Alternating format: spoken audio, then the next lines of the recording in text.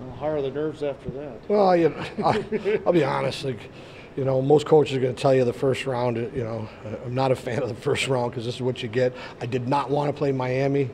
They are tight. They're tough. They're defensive. Rico does an unbelievable job.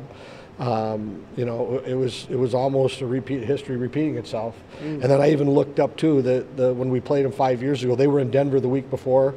They were in Denver. Like, so I thought for sure we were going to repeat it, history. Because even I'll go yesterday and even today, we made some mistakes, but we played pretty well. Yeah. But so did they. Yeah. And that's, hopefully there's a lesson in there for us. And obviously the main thing now is, 3 games in 3 nights.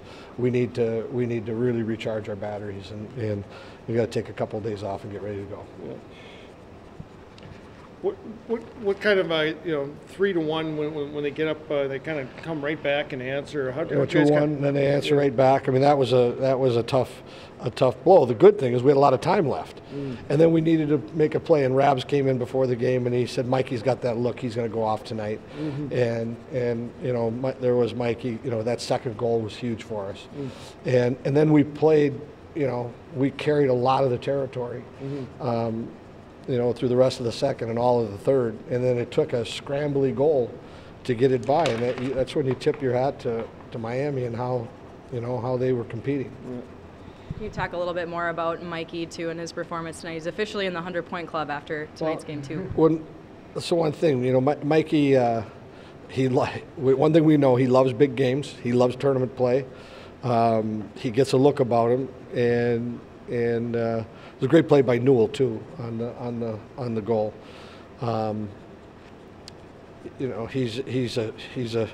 He's such a high-skilled, wants that puck in big moments to make big plays, and he finds ways to do it.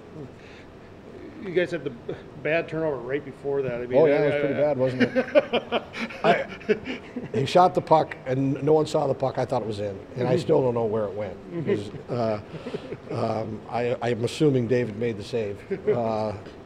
But that's overtime. I mean, that's overtime. These are college kids. They're going to make colossal mistakes at times. I can smile about it now, but I mean, through the history of time, that's college athletics. But they're playing their rear ends off, and they're giving you everything they've got. What you guys got? All right. Thanks, Bob. Thanks, Coach. Congrats. Few games and kind of struggled to get there the last 5 or 6 points, but felt good tonight. Mikey, they get up on you guys 2-0. Obviously, here you are back in another deficit. What you guys kind of do to get yourselves, back into this thing? We didn't panic. I think that was Coach Mosco's emphasis on the bench. All night, all he kept saying was just play hockey, and that's what we did tonight. We just played our best, played how we play like a normal game, like we've done all year, and also just want to say that team, that was the biggest battle we've had all year. I'm going to be bruised up here for the next couple of days. So that was a hell of a team, and so props to them. What, you guys finally break through on the power play, get back within a goal, and then they come right back 5 seconds later. I mean, how tough was that to kind of bounce back from that? That was tough. I think after that, after they scored again, I think we knew though that we had to be more intense after we scored and after they scored. So right off the draw, Jim Schultz reminding us after they score and after we score to be intense and just pretend like it didn't happen, kind of. Yeah. The goal that got you into the 100-point club was the one you got at the end of the second period. Big momentum shifter for you guys at the time. Yeah, that was huge. Akon was making plays for me all night, so luckily I was able to drive that one deep and scored a couple like that last season. I don't think I've had one yet this season, so tried to throw it on net and luckily went in. You guys feel the momentum change in the locker room after that in the second intermission there? Yeah, but I think we just try to stay calm and collected, not get too high on ourselves and not get too low. But no, when we're scoring, we're all feeling good in the locker room, and no one cares really who scores, and we're all happy for each other. Right before you score in overtime, I mean, it looked like they honestly, everybody I think thought that they had scored a goal there. I mean, you guys had kind of a bad turnover, went out front. I mean, did you guys think it went in? I mean, I had just changed, so I was sitting on the bench catching my breath, and I just heard the crowd, and I didn't know if it was a goal or not, so I just kind of poked my head up too late. I have to look at the video. I don't know what happened. I don't think anybody heard it till after. Yeah.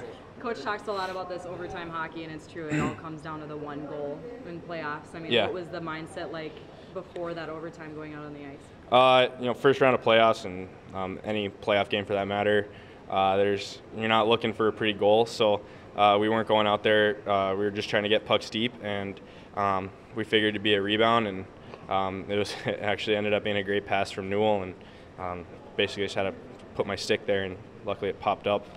What kind of set that whole thing up? I mean, it looked like you guys broke the puck out pretty well and got up to Newell, right? I can't really remember. I think maybe they turned it over, or hit off a skate to Newell. I don't know. Yeah.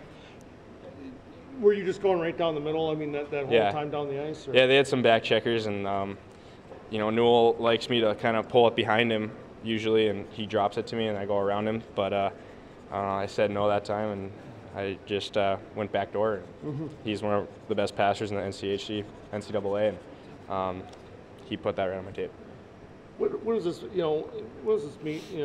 mean for you guys? I mean, last season, obviously, you guys got into the playoffs. You lost twice. You guys are going back to the frozen phase. So what's this mean to you guys? Going back to my freshman year was. That was one of the most fun weekends of the year.